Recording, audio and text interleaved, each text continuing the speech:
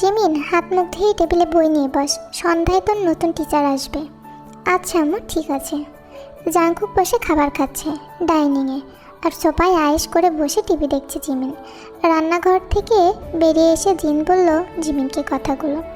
দুজনের কথার মাঝখানে জাংকুক বলে উঠল, তুমি নতুন টিউটর রেখেছো বলনি তো, মেল না ফিমেল? আরে বাবা, আর বলিস না, তোর বাবার বন্ধুর মেয়ে, এবার অনার্স 3য় বর্ষের ছাত্রী। মেয়েটা অনেক ভালো, মেয়েটাও অনেক ভালো শুনেছি। তাই তোর বাবা বলল যে কালকে জিমিনকে পড়াতে আসার কথা। মেয়েটা রাজি হয়ে গেছিল, তাই আজকে পড়াতে আসবে সন্ধ্যায় বলেছে। তোকে তো আমি পাই না বলার সুযোগ, সারাদিন তোর ব্যস্ততার মাঝে কাটে তোর, কিভাবে বলবো বলতো?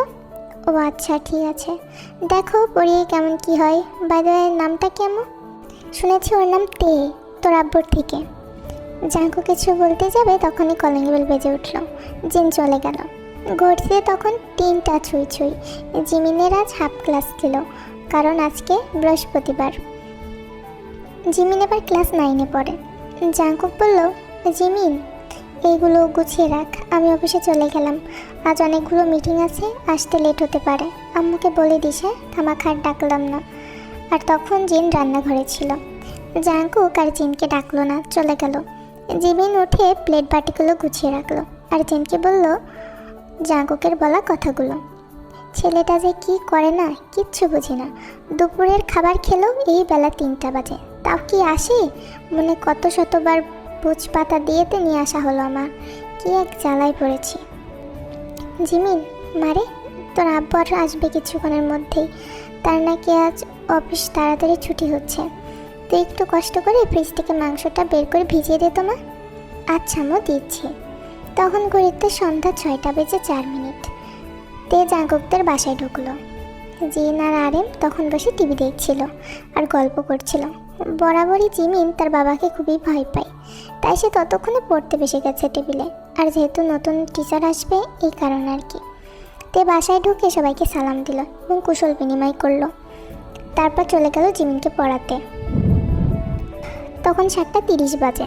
তে পড়িয়ে চলে গেছে। এভাবে বেশ কিছুদিন কেটে গেল। জাঙ্কুকের সাথে তের দেখা হয় না বললেই চলে, আর না হওয়ারই কথা। আর জাঙ্কুক সকাল 9টায় যায় অফিসে।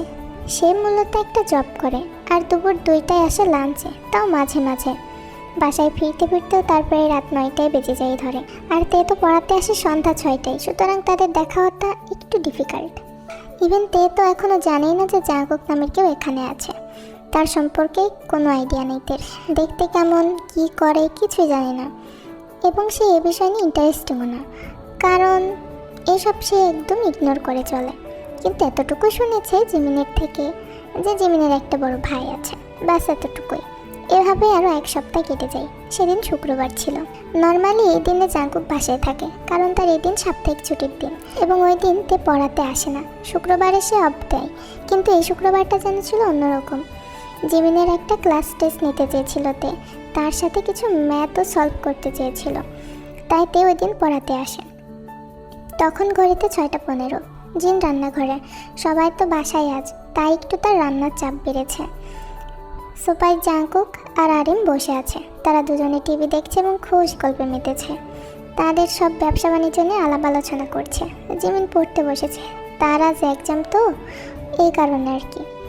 তে জাঙ্কুকদের বাসায় ঢুকে আগে সালাম দিল।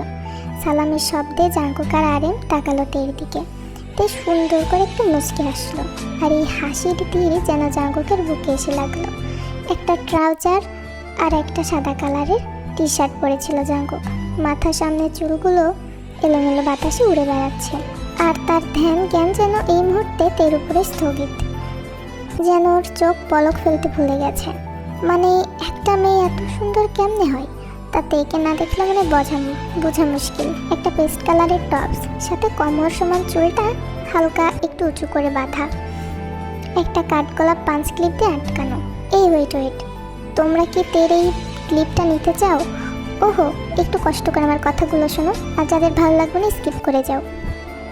এই দাঁড়াও, এটা হচ্ছে সেই কাঠগোলাপ পাঞ্চ ক্লিপ। তোমাদের আরেকটা ভালো খবর দিই, সেটা হলো এই কাঠগোলাপ পাঞ্চ ক্লিপ, এই চুলের কাঠিটা, তার সাথে এই লাভ শেপের সুন্দর কাঁকড়াটা, এই দুটো অ্যাস্থেটিক ক্লিপ এবং এই ছোট্ট দুইটা বানি ক্লিপ, সাথেই গোলাপ শেপের কাঁকড়াটা, আর এই ডেইজি প্রিন্টের ছোট্ট দুইটা টপ, আর আমার পক্ষ থেকে থাকছে একটা সুন্দর চকলেট উপহার। একটু ডিটেলসে তোমাদেরকে দেখাই দিই। আর এইগুলা যে এত পরিমাণে সুন্দর কি বলবো, আর প্রত্যেকটা জিনিসের কোয়ালিটি এত পরিমাণে ভালো, আমি নিজে তোমাদেরকে গ্যারান্টি দিচ্ছি, একবার ব্যবহার করলে তোমরা নিজেরাও এর ফ্যান হয়ে যাবে। আর এটা এত ফ্রেন্ডলি বাজেটের একটা স্টুডেন্ট কম্বো, কি বলবো, মানে আমরা সবসময় নিজেদের কাছে এই কয়টা রেখেই থাকি, এটা আমাদের সাধারণ নিত্য প্রয়োজনে চলার জন্য। আর এতগুলো জিনিস 7-8টা আইটেম পেয়ে যাচ্ছ মাত্র 200 টাকায়। তো দেরি কিসের, নিচে আমি কমেন্টে এবং ডিসক্রিপশন বক্সে আমার হোয়াটসঅ্যাপ নাম্বারটা দিয়ে রাখবো, তোমরা এখান থেকে নক করে এগুলো অর্ডার দিয়ে দিবা। ও হ্যাঁ, আরেকটা কথা, তোমরা কিন্তু প্রত্যেকটা জিনিসের কালার গ্যারান্টি পাচ্ছ এবং সাথে থাকছে প্রত্যেকটা জিনিসের আলাদা আলাদা কালার। তোমরা চাইলে এই কালারগুলোও নিতে পারো এবং তাছাড়া এগুলো বাদে এখান থেকে যে কোনো কালার তোমরা চয়েস করে নিজেদের মতো কাস্টমাইজ করে নিতে পারো। শুধু স্ক্রিনশট দিয়ে আমাকে দেখাই দিলেই হবে। তো নিচে এবং কমেন্ট বক্সে আমি কিন্তু হোয়াটসঅ্যাপ নাম্বার দিয়ে দিয়েছি, তোমরা এখান থেকে নক করে সরাসরি যুক্ত হয়ে যেতে পারো এবং তোমাদের অর্ডারটা কনফার্ম করে দিতে পারো। তো পর্যন্ত চলে আসো মূল গল্পের। তেও ক্রাশ খাইছে। সে ভেবেছিল জিমিনের বড় ভাই হয়তো কোনো বয়স্ক লোক হবে, হয়তো বউ বাচ্চা সবই আছে, হয়তো থাকে বাইরে, কিন্তু এবারটাই তো আরেকটু খুব সুন্দর। আর এর সাথে তে কিছু কথা বলল এবং জিমিনের পড়াশোনার গতিবিধি সম্পর্কে জানালো। কথা বলা শেষে জিমিনকে পড়াতেও গেল তে। জাঙ্কুক মনে মনে ভাবলো, ও গড, এই মেয়ে জিমিনকে পড়াতে আসে? আর এই মেয়ে তোমার সাথে আমার কিছুদিন কেন আগে দেখা হলো না বলো তো? উফ গড, হার্টবিটটা পুরো বাড়িয়ে দিল। ইস। এরপর জাঙ্কুক এবং তে ওইভাবে দেখা সাক্ষাৎ হয়নি। এরপর বেশ কিছুদিন কেটে যায়। সেদিন জাঙ্কুক অফিস থেকে ছুটি নিয়েছিল, তাদের একটা বিয়ে বাড়িতে দাওয়াত ছিল, কিন্তু সবাই গেলেও জাঙ্কুক যেতে পারেনি, কারণ তার আর্জেন্ট মিটিং পড়ে যায়, যার ফলে তার অফ ডে হওয়ার কারণেও অফিসে ছুটতে হয়। আর ফিরতে ফিরতে বিকেলও হয়ে যায়।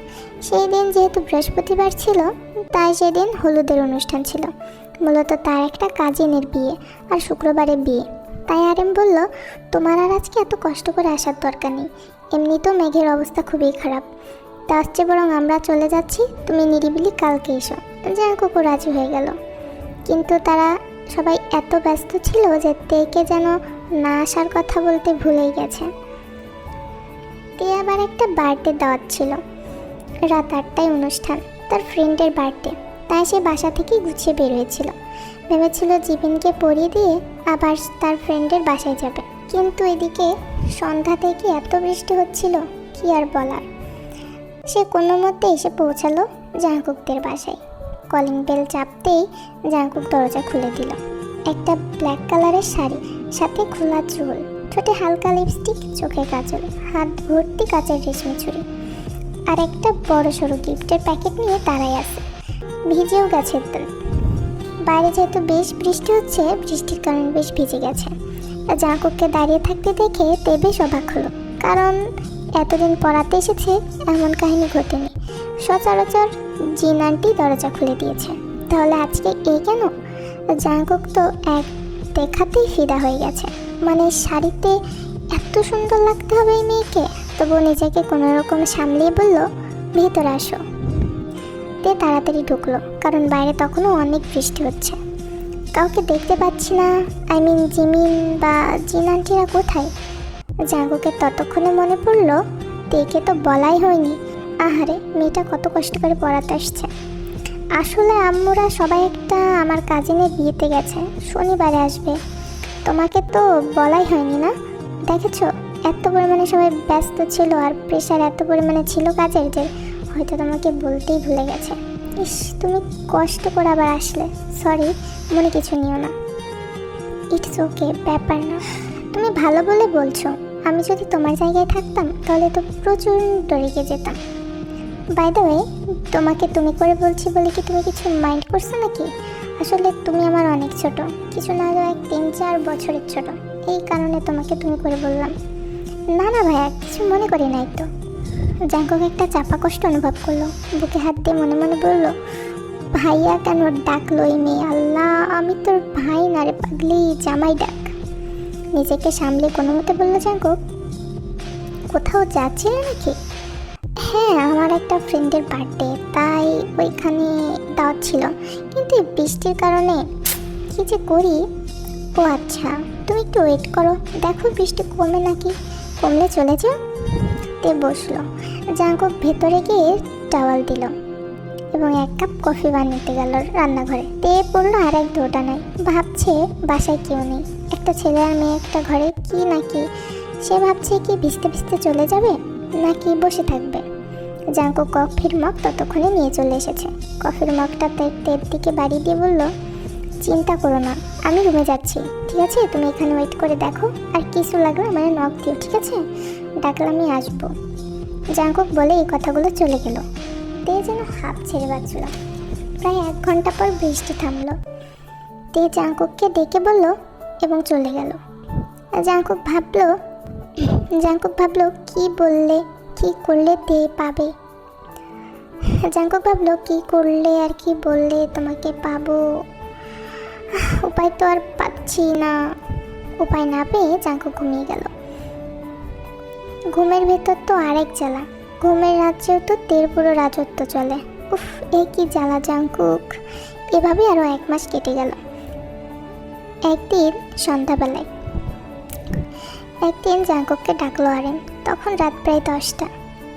জাঙ্কুক নিচে এসে দাঁড়িয়ে বলল, ডাকছিলে নাকি বাবা? হ্যাঁ জাঙ্কুক, আমি ভাবছি তোমার এখন বিয়েটা করা উচিত। আর জিমিনকে যে মেয়ে পড়াতে আসে, মানে তে আর কি, ওর নাম তে, তো আমার মনে হয় মেয়েটা অনেক ভালো, আর আমার আর তোমার আম্মুর খুবই পছন্দ। তুমি যদি রাজি থাকো তাহলে কথাটা আমরা আগাতে যাচ্ছি। জাঙ্কুক যেন আকাশের চাঁদ হাতে পেল। নিজেকে কোনো মতে সামলে বলল, আমার কোনো সমস্যা নেই, বলে চলে গেল। তাহলে সামনের শুক্রবারে তেকে আমরা দেখতে যাই। এরপর উল্লেখিত দিনে জাঙ্কুক সহ জাঙ্কুকের ফুল ফ্যামিলি গেল তেকে দেখতে। তে আর জাঙ্কুককে আলাদা একটা রুমে পাঠানো হলো তাদের একটু আলাদাভাবে কথা বলার জন্য। তে আর জাঙ্কুক দাঁড়িয়ে আছে তের রুমে, দুজনেই চুপচাপ। বেশ সময় পরে জাঙ্কুক বলে উঠল, যাক, অবশেষে শ্বশুর বাড়িতে উপস্থিত হলাম। তাই নাকি? এত ড্রিম বোঝে শ্বশুর বাড়িকে নিয়ে? শুধু কি ড্রিম, ইচ্ছে আমার? না থাক কিছু না, তুমি লজ্জা পাবা। বলেন, সমস্যা নেই, আমি লজ্জা পাবো না। তাই নাকি? তা জানো আমার ইচ্ছা কি? ইচ্ছে আমার কোনো এক রাতে শ্বশুরের দেওয়া খাটে শ্বশুরের মেয়েকে কান দেবো। আস্তাগফিরুল্লাহ, কি বেশরম, কি বলেন আপনি? বলেই তে মুখ চেপে চলে গেল। দাঁড়াও, একবার বিয়েটা হয়ে যাক, তোমার লজ্জা কত আছে আমিও দেখব, সব লজ্জা তোমার ভেঙে দেব। এরপর পারিবারিকভাবে তাদের বিয়ের দিন তাই ঠিক করা হয় এবং তাদের বিয়েটা হয়ে যায়। তো এভাবেই পূর্ণতা পায় সব ভালোবাসা।